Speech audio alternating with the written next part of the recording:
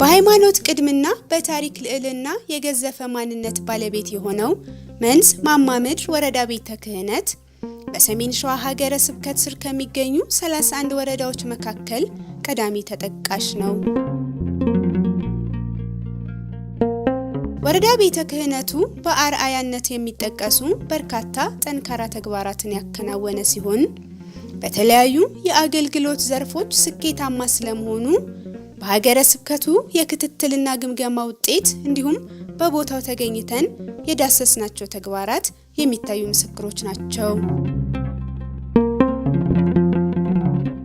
መንዝ ማማ ምድር ወረዳ ቤተ ክህነትን ባነሳን ጊዜ መልአኩ ቅዱስ ኡራኤል የጌታችን የመድኃኒታችን የኢየሱስ ክርስቶስን ቅዱስ ደም የረጨበት ጥንተ ታሪክ የሚገኝበት በቦታውም የእመጓ ቅዱስ ኡራኤል ቤተክርስቲያን የተመሰረተበት ልዩ ስፍራ መሆኑን የነፍስና የስጋ ድህነት አንባ የሆነው አርባሃራ ምስካበ ቅዱሳን መድኃኔዓለም እንዲሁም አቡነ ዘርአብሩክ ገዳም ያልተነገረላቸውን ገዳማትና አድባራት ከእምቅ ታሪካቸው ጋር አካቶ የያዘ በፈቃድ እግዚአብሔር ወደፊት በሚኖረን ጊዜ የምናወሳቸው በርካታ አጥቢያ አብያተ ክርስቲያናት ያሉበት የ135 አጥቢያዎች መገኛ መንዝ ማማ ምድር ግዙፍ ወረዳ ቤተ ክህነት መሆኑን በማሰብ ነው።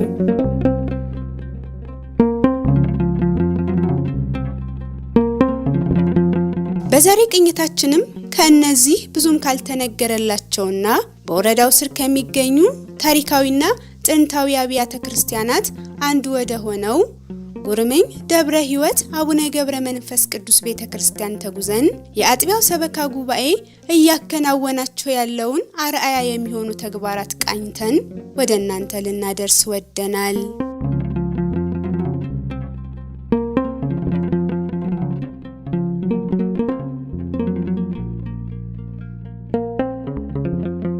ጉርምኝ ደብረ ሕይወት አቡነ ገብረ መንፈስ ቅዱስ ቤተክርስቲያን የመንዝ ማማ ምድር ወረዳ ማዕከል ከሆነችው ሞላሌ ከተማ 9 ኪሎ ሜትር ርቀት ላይ የሚገኝ ሲሆን ሰበካው በስሩ ደብረ ጽጌ ቅዱስ ሩፋኤል ቤተክርስቲያንን ያስተዳድራል።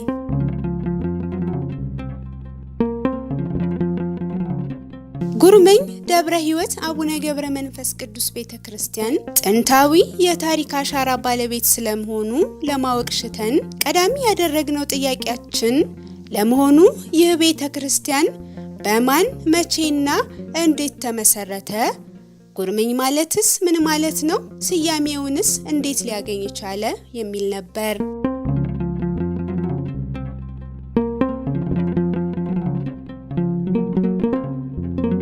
መላከ ሕይወት የሺጥላ ማሞ የመንዝ ማማ ምድር ወረዳ ቤተ ክህነት ዋና ጸሐፊ፣ የጉርምኝ ደብረ ሕይወት አቡነ ገብረ መንፈስ ቅዱስ እንዲሁም የደብረ ጽጌ ቅዱስ ሩፋኤል አንድነት አብያተ ክርስቲያናት አስተዳዳሪ እንደሚከተለው አብራርተውልናል። በ1463 ዓመተ ምህረት በአፄ በእደ ማርያም ዘመነ መንግስት ነው የተመሰረተው። የቀበሌው ስም ጉርምኝ ነው የሚባለው። ጉርምኝ የሰው ስም ነው፣ ያቅኔው ስም ነው። ለዚህ ቀበሌ እንደው የመጀመሪያው አባታችን እንደ ማለት ነው። በሰውየው ስም ጉርምኝ ተባለ።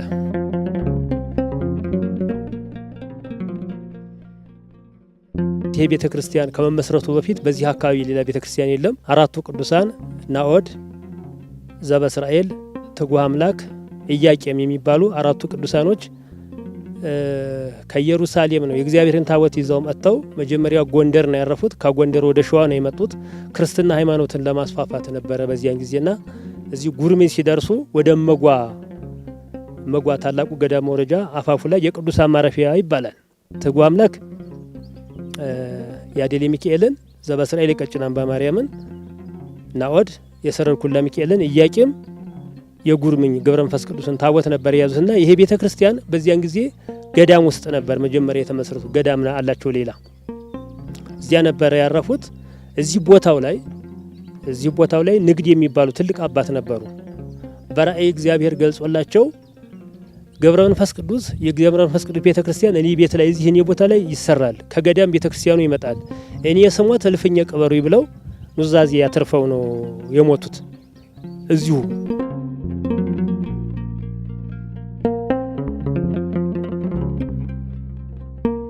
ከዛ በኋላ ያው የእሳቸው ህልም ራእይም ስለታወቀ ፈቃደ እግዚአብሔር ነውና ታቦቱ ወደዚህ እንዲመጡ ተደረገ። ሲመጡ እዚህ ሜዳ ላይ ያለ አንድ ዛፍ አለ። ዛፉ አረፈበት ቦታ እዛ እሳቸው ታቦት አርፎ ድንኳን ተተክሎ ስብሐተ እግዚአብሔር ቀርቦ ወደዚህ ቦታ ላይ ገብተዋል።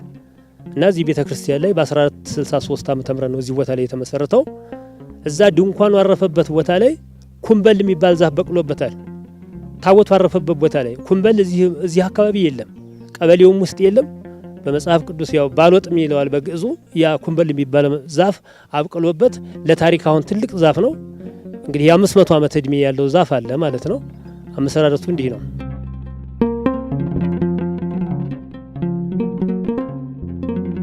በመዓልትም በሌሊትም ረፍት የሌላቸው ምድራውያን መላእክት የተባሉ ካህናት በወረዳ ቤተ ክህነቱ ካሉት 1315ቱ ምን ያህሉ በዚህ አጥቢያ የሚያገለግሉ ናቸው ስንልም ጠይቀናል። እዚህ ደብር ላይ የአብነት መምህራን 2 አሉ። የቅኔ መምህር እና የድጓ መምህር አሉ። እንደገና ደግሞ የአገልጋይ ካህናት እና ዲያቆናት ጠቅላላ ወደ 46 አገልጋዮች አሉ።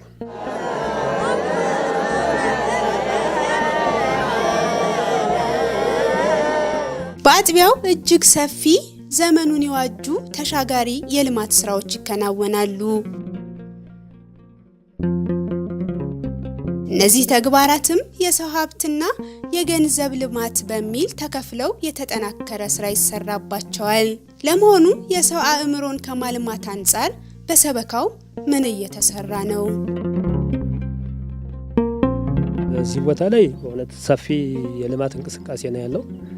ልማቱ ቤተክርስቲያናችን ያው የሰው ልማት የገንዘብ ልማት እንደሚያስፈልግ ያው ይታመናል። የሰው ልማት ያው ሰው አእምሮ ላይ መስራት ነው። በትምህርት መለወጥ ስላለበት ስብከተ ወንጌል ሁል ጊዜ ትምህርት ይሰጣል። ሁል ጊዜ በደንብ ይሰጣል ስብከተ ወንጌል። ሰንበት ትምህርት ቤትም አለ። የአብነት መምህራን እንዳልኩት የአብነት ትምህርት ቤት አለ የሚታይ ማለት ነው። ስለዚህ አገልግሎቱም መዝሙር አለ፣ ስብሐተ ነግ ይቆማል። ሁሉ ነገር አገልግሎት አለ። ይሄ በአገልግሎት በኩል ይሄ ነው።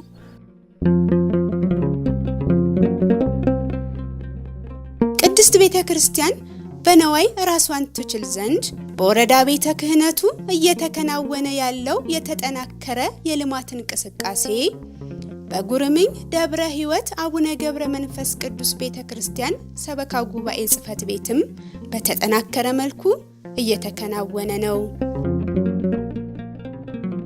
እንደም ቤተ መዘክር አለ፣ ቤተ መጻሕፍት አለ፣ ልዩ ልዩ የሰራተኞች ጽሕፈት ቤት አለ። ባህረ ጥበባት ቅድስት ቤተ ክርስቲያን ራሱ የጥበብ ባለቤት ቅዱስ እግዚአብሔር በደሙ ያጸናት የስልጣኔ ምንጭ የጥበብ መፍለቂያ የጠቢባን አንባ ናት።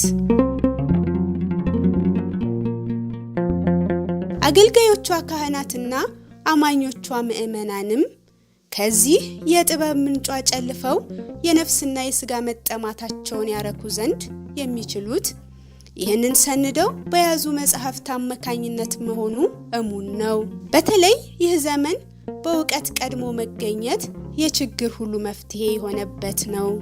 ለዚህም አብያተ ክርስቲያናት ቤተ ክርስቲያንን ከማደራጀት አንጻር የተጠናከረ ስራ መስራት እንዳለባቸው ይታመናል።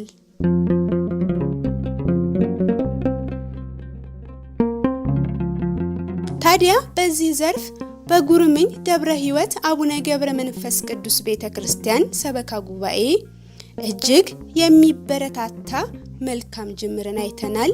የመጽሐፍቱን ምንጭም ጠይቀናል።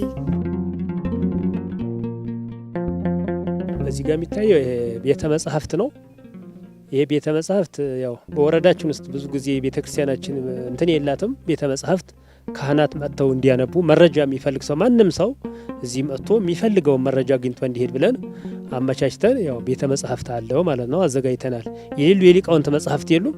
ማንም ሰው እዚህ መጥቶ የፈልገውን መረጃ አንብቦ አይቶ መሄድ ይችላል እና ይሄ ቤተ መጻሕፍታችን ነው። መጻሕፍቱ የሌሉ መጻሕፍት የሉም የሊቃውንት መጻሕፍት ያዘጋጀኑ ከአዲስ አበባ ወዳጆቻችን የቤተ ክርስቲያን ልጆች በማስተባበር የምንፈልገውን አይነት መጽሐፍ በማስገዛት በስጦታም እነሱም እየገዙ ስለሚያውቁ አዋቂዎቹ ይሄ መጽሐፍ ያስፈልጋል እያሉ የሊቃውንት መጽሐፍ እየገዙ ሰጥተውን ሙሉ ነው መጽሐፍቱ። ብዙ መጽሐፍት አሉን። በዚህ መልክ ነው ያደራጀነው። ማንም ሰው በሰንበት በፈለገ ቀን ገብቶ ማንበብ ይችላል። ይህ ጅምር ለሌሎችም ብርታት ይሆን ዘንድ መላከ ሕይወት የሺጥላ መልእክት አላቸው። እኔ የማስተላልፈው መልእክት ይሄን ቤተ መጻሕፍት መቼም ካልተማሩ ማወቅ ካላወቁ መጽደቅ የለም እንዲሉ ዘመኑ የመረጃ ስለሆነ ቤተ ክርስቲያን ትልቅ ነገር መስራት አለባት። እንደው በጀትም የለውም። ይሄ ራሱ አይታሰብበትም። እንዲሁ ከእንዴት አለ መጻሕፍት ሰው እንዴት ሊያውቅ ይችላልና ማንኛውም እየተደራጀም ሆነ በግልም ሆነ ማንኛውም ሰው ሊያስብበት ይገባል። ይሄ ታስቦበት ከልማቱ አንዱ መጻሕፍት በመቀመጥ አለበት፣ ቤተ መጻሕፍት መስራት አለበት ብዬ ነው እኔ መልእክት ማስተላልፈው። ምክንያቱም አለ መጻሕፍት መረጃ የሉምና ማለት ነው። ዘመኑ መረጃ ስለሚፈልግ ማለት ነው። ሰበካ ጉባኤን ከማጠናከር አንጻርም የተጠናከረ ስራ መሰራቱን ገልጠውልናል። ይሄ ሰበካ ጉባኤ ጽሕፈት ቤት ነው። ሌሎችም ቢሮዎች አሉ። እዛኛው ህንጻው ፎቁ ላይ ሌሎች ቢሮዎች አሉ። የህግና ስነ ስርዓት ክፍልም አለ። ቢሮውን በ2006 ነው ይሄንን በአንድ አመት ውስጥ ነው ከቤተ መዘክሩ ጋር ሰርተን ያስመረቅ ነው። ለምንድን ነው ከዚያ በፊት የነበረውና አሁንም በሌላ ቦታ ያለው በአሁኑ ሰዓት እንደው እቺን ታላቋን ቤተ ክርስቲያን እንደው እሷን የማይመጥን ነበር። የመቃብር ቤት ሁሉ ቁጭ ብሎ እኮ ችሎት የሚታይበት እንትን ነበረና በዛ በላይ ደግሞ ክላሴርና ወረቀት ይዞ ቤት ሁሉ የሚኬድበት እንትን ነበር እውነት ለመናገር ቢሮ ሳይኖር በፊት። አሁን ግን በዚህ ታላቋ ቤተ ክርስቲያን እሷን የሚመጥን መሆን አለበት ብለን እንዲህ በዘመናዊ መልኩ ጽሕፈት ቤት ሰርተን ያው የቤተ ክርስቲያን ልጆች መጥተው ደስ ብሏቸው ተስተናግደው ተገልግለው ይሄዳሉ ማለት ነው።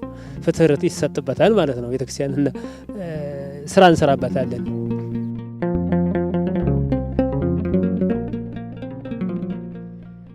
የቤተ ክርስቲያኑን ንዋየ ቅድሳት ያሉትን ንዋየ ቅድሳት ከብራና መጻሕፍት የሚያልቁትንም ሆነ የማያልቁትን ያሉትን ንዋየ ቅድሳቶች እየተቆጣጠርን እንዳይበላሹ እንዳይዝጉ ሌላ ደግሞ እንዳይበላሹ ያንን በመስራት ላይ እንገኛለን። ያለውን ለስራ ሂደት ብዙ ልማቶች አሉ። ለልማት የሚወጣውን ገንዘብ ወጪ ገቢውን ያንን በባንክ መቀመጡን ያለበትን ያረፈበትን ቦታ እየመዘገብን እንገኛለን። ከዚህም በተረፈ ያው እንደ ሰበካ ጉባኤነታችን እኛ በፍቅር በሰላም በመተባበር አባታችንን መሪ በማድረግ አንድ አካል አንድ አምሳል ሆነን እንሰራለን። በዚህ እጅግ በተጠናከረ አደረጃጀት የአገልግሎት አሰጣጣቸውስ ምን እንደሚመስል እንዲሁም በየክፍሉ ምን አይነት እንቅስቃሴዎች እንዳሉ ለማወቅ ጓጓን። 46 ካህናቶችን ቤተ ክርስቲያኗ በ7 የትምህርት አይነት አሰልጥና አስተምራ ለ10 ወር ያህል ማለት እሁድ ለ10 ወር አሰልጥና አስተምራ በመጨረሻው ላይ የምስክር ወረቀት ሰጥታለች ቤተ ክርስቲያን። እንደ ደብረ ካህናት የሚያስደስተን ቢኖር እኛ እድለኞች በመሆናችን ቤተ ክርስቲያን ይህንን በማድረጉ ለእኛ በጣም ደስታ ይሰማናል። ሁሉም ካህናት በተማረውና በሰለጠነው ትምህርት ከህዝበ ክርስቲያኑን በማስተማር ይገኛል። የተካካዱና የተጣሉ ሰዎች ቢኖሩ ቤተ ክርስቲያን ስም መጥተው እናስተማምናለን፣ እናስታርቃለን፣ ወደ ፍቅር እንመልሳለን፣ ወደ ልማት እንዲሄዱም እናደርጋለን። በዚህ ጉዳይ ስንሰራ ቆይተናል። በጉርምኝ ደብረ ሕይወት አቡነ ገብረ መንፈስ ቅዱስ ቤተ ክርስቲያን እየተከናወነ ያለው ሌላው የሚጠቀስ አደረጃጀት የቤተ ክርስቲያኒቱን ቅርስ ሰብስቦ በቤተ መዘክር መልክ ለጎብኚዎች ምቹ ሆኖ የተቀመጠ መሆኑ ነው። እነዚህ በቤተ መዘክራችን ውስጥ የሚገኙ የአባቶቻችን ቅርሶች ናቸው። ጠቅላላ ይሄ አሁን መጽሐፈ ቅዳሴ ነው። ይሄ መጽሐፈ ቅዳሴ ነው። ይሄ ግንዘት ነው። ይሄ ገብረ መንፈስ ቅዱስ ገድል ነው። ይሄ 4 ወንጌል ነው። ይሄ ግብረ ሕማማት ነው። በ3 ወርድ ነው የተጻፈው። ይሄ ተአምረ ማርያም ነው። ተአምረ ማርያም 3 ነው። ይሄ ማልሳታት አለ 3 ነው። ይሄም መጽሐፈ ክርስትና ድጓ አለ፣ ጾመ ድጓ አለ። ይሄ በብዛት ጠቅላላ መጽሐፈ ምንኩስና አለ፣ ስርዓተ ቅዳሴ፣ ስርዓተ ቤተክርስቲያንም መመረቂያ አለ፣ ድርሳነ መድኃኔዓለም አለ። በጠቅላላ 24 የብራና መጽሐፍት ናቸው ያሉን። ይሄ ከዝሆን ጥርስ የተሰራ ጽናጽን ነው። ይሄ ደግሞ የቀደሙት አባቶቻችን እጣን ያሳረጉበት ጽና ነው። ይሄ ስራውም ልዩ ነው። ይሄ ደግሞ የጥንታዊ ደወል ነው። እነዚህ የነዚህ ማህደሮች ናቸው። እነዚህ ከቆዳ የተሰሩ ልዩ ልዩ ብዙ ናቸው። የነዚህ ማለት ነው የመጽሐፍቶቹ ማደሪያዎች ናቸው እነዚህ ማለት ነው።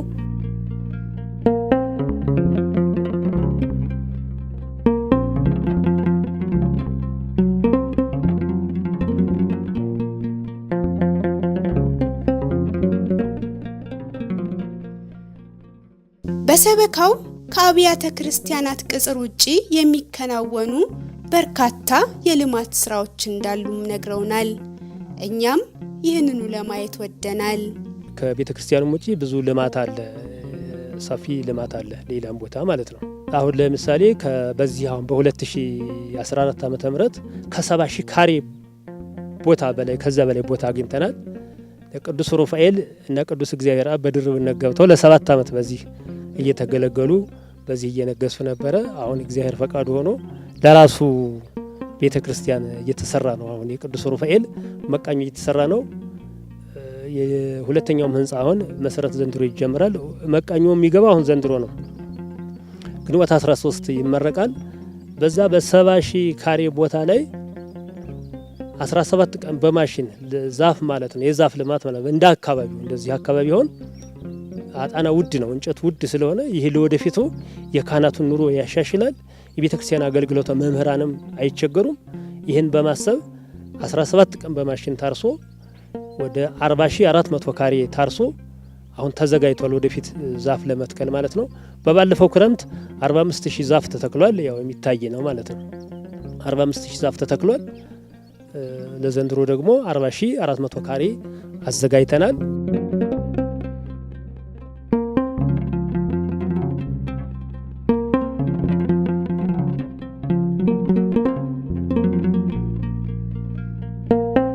እንደገና ደግሞ በከተማም ማህበር አክሲዮን መስርተን ቤተ ክርስቲያናችን እቺ ቤተ ክርስቲያን የሆነ ከግለሰቦች ጋር መተዳደሪያ ደንቡን በደንብ ዝግጁ አድርገን አመቻችተን በመንግስት አስፈቅደን 2 እጣ በመግዛት አሁን ቤት ማከራየት ጀምረናል ማለት ነው።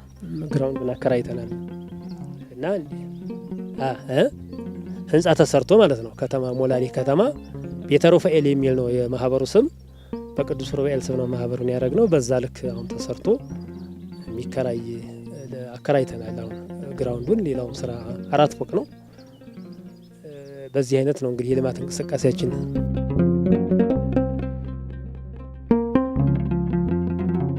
ይህ የምትመለከቱት ቤተ ክርስቲያን እጅግ ፈዋሽ ጠበል ያለበት በወረዳው ብቸኛ የሆነው ደብረ ጽጌ ቅዱስ ሩፋኤል ቤተ ክርስቲያን ነው።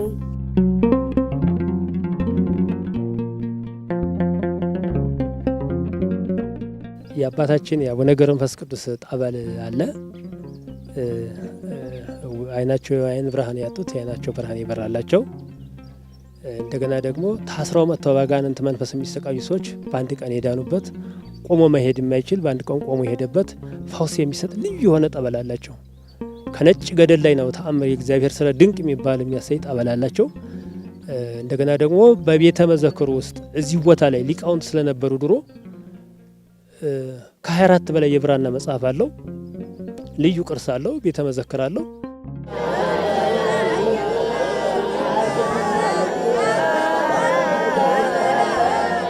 ለቅድስት ቤተ ክርስቲያን የህልውና መሰረት በሆነው የአብነት ትምህርት ቤት ዘመን ተሻጋሪ በዓለማዊም ሆነ በመንፈሳዊ ጥበብ ለመራቀቅ መሰናክልን የሚያቀል ተግባር ለቤተ ክርስቲያን ቀናኢ ከሆኑ አካላት ጋር በትብብር እየተከናወነ እንደሚገኝ አይተናል። ዓለም ተሐስየት ወይትሐዘን ዳግመ እንተ ፈጠራ ክርስቶስ ነጋሲ እስመ ተወልደ ዓለም። ይሄ የአብነት ትምህርት ቤት የደብሩ የአብነት ትምህርት ቤት ነው። በዚህ የድጓና የንባብ መምህር አሉ፣ የቅኔ መምህር አሉ። ከ86 ተማሪ በላይ በዚህ ትምህርት ቤት ይማራል እና ጎን ለጎን ደግሞ አጸደ ሕፃናት አለ። ለአካባቢው ሕዝብ ቤተ ክርስቲያን ምንም ወጪ ሳይወጡ ተተኪ ማፍራት ስላለብን ጎን ለጎን መንፈሳዊንም ዓለማዊንም ለማስተማር አጸደ ሕፃናትም ሌላኛው ክፍል 2 ትምህርት ቤት ሰርተን አሁን ሕፃናት እየተማሩ ነው ማለት ነው። ይህ እንግዲህ አሁን ደግሞ ቀጣይ የቅዳሴ መምህር ለማስገባት እቅዳለን። አሁን በቅርብ ቀን የቅዳሴ መምህርም እናስገባለን ማለት ነው።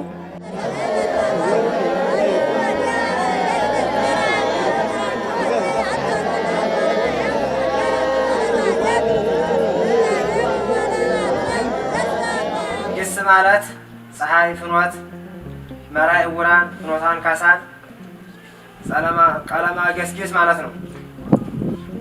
ወይም ጌሳ ገሰገሰ ካላው የግዕዝ ቃል የወጣ ነው። ይሄ የተማሪዎች ማደሪያ ነው። 22 ጎጆ ነው። እያንዳንዱ ውስጥ 4 ተማሪ ይይዛል። ሲበዛም በጣም ተማሪ ሲበዛብንም 5 የሚይዝበት ጊዜ አለ።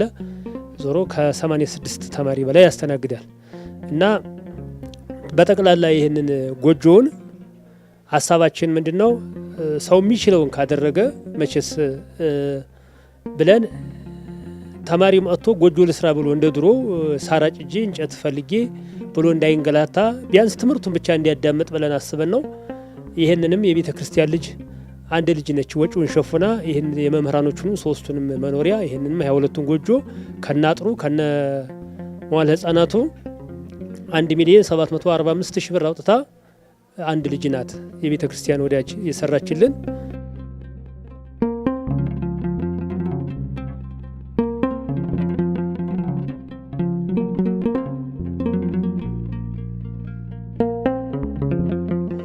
የበርካታ አብነት ትምህርት ቤቶችና ተማሪዎች ተግዳሮት የእኛም ትልቁ ፈተና ነው ያሉት መላከ ሕይወት የሚመለከታቸው አካላትንም እንደሚከተለው አሳስበዋል።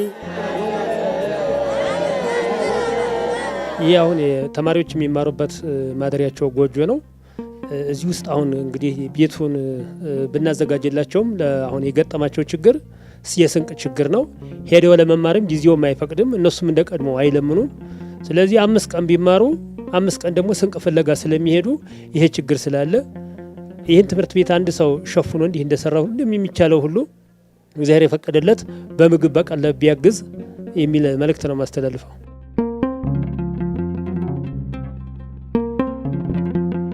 መላከ ሕይወት የሽጥላ ማሞ የመንዝ ማማ ምድር ወረዳ ቤተ ክህነት ዋና ጸሐፊና የጉርምኝ ደብረ ሕይወት አቡነ ገብረ መንፈስ ቅዱስ እንዲሁም የደብረ ጽጌ ቅዱስ ሩፋኤል አብያተ ክርስቲያናት አስተዳዳሪ የቀጣይ የሰበካው የትኩረት አቅጣጫዎችንም እንደሚከተለው ገልጠዋል።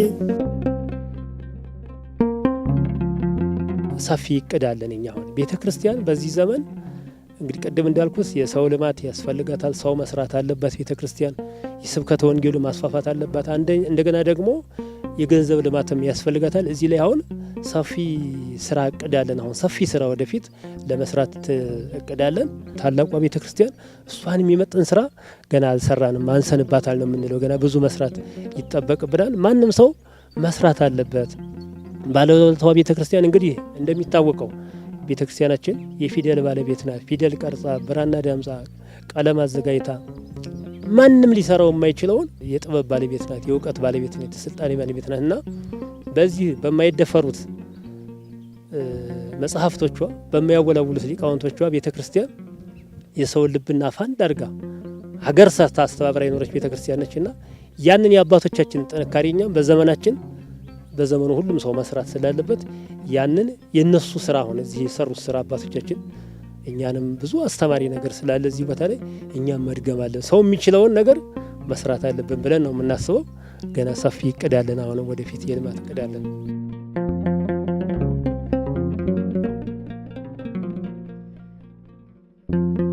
ቀድሞ ቤተክርስቲያን ፈርሶ ይሄን ህንጻ ቤተክርስቲያን ሲሰራ ህዝቡ ያለምንም ጥላቻ በፍቅር በሰላም ይህን ቤተክርስቲያን ሰርቶ 3 ዓመት ከ3 ወር ያለቀ ቤተክርስቲያን ነው ሲሰራ የቆየ ነው ልማትም ብዙ ዙሪያዋን ልማት ሰርታለች ወደፊትም በብዙ ዓላማ ያላት ቤተክርስቲያን ነው ህብረተሰቧን በጣም በፍቅርና በሰላም ወደ ስራ የሚገባ ህዝብ አላት ለዚህ በቃች ቤተክርስቲያን ነው አሁንም ወደፊትም እንሰራለን ብለን እቅድ ያለን